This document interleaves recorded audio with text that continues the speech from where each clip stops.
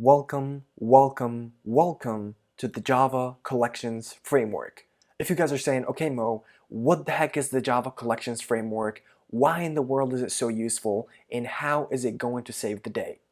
So guys, to understand what the Java Collections Framework, we first going to understand the problem. So if you guys are saying, okay, what the heck is the problem? So back in the day, when they were first developing Java, imagine that this is a programmer A and this is a programmer B. So they were probably like high on weed and eating pizza all the time. I'm just kidding. So the programmer A said to programmer B, hey, let's go ahead and take Java to a whole nother level.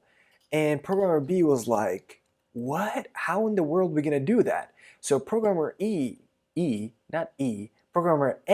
said, hey, what we can do is basically create something called an array, which is what you guys see right here. So programmer B said, oh, okay, I know what you're talking about. You want to create a data structure that can hold elements in it.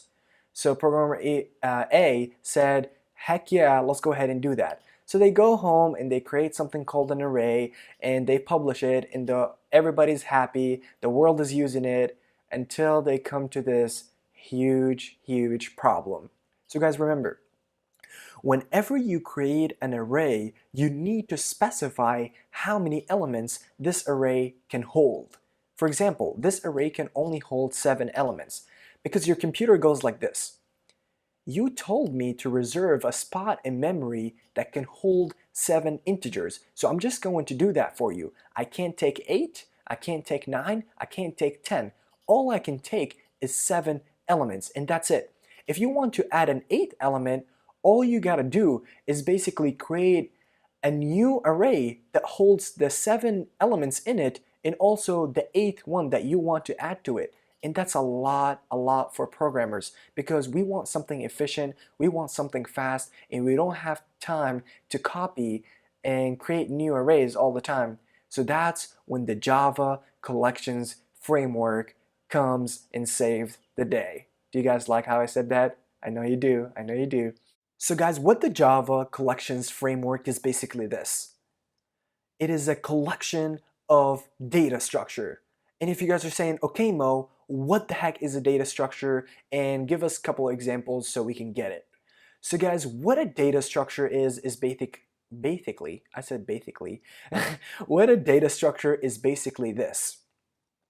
It is a particular way of organizing your data in your computer so that it can be used efficiently.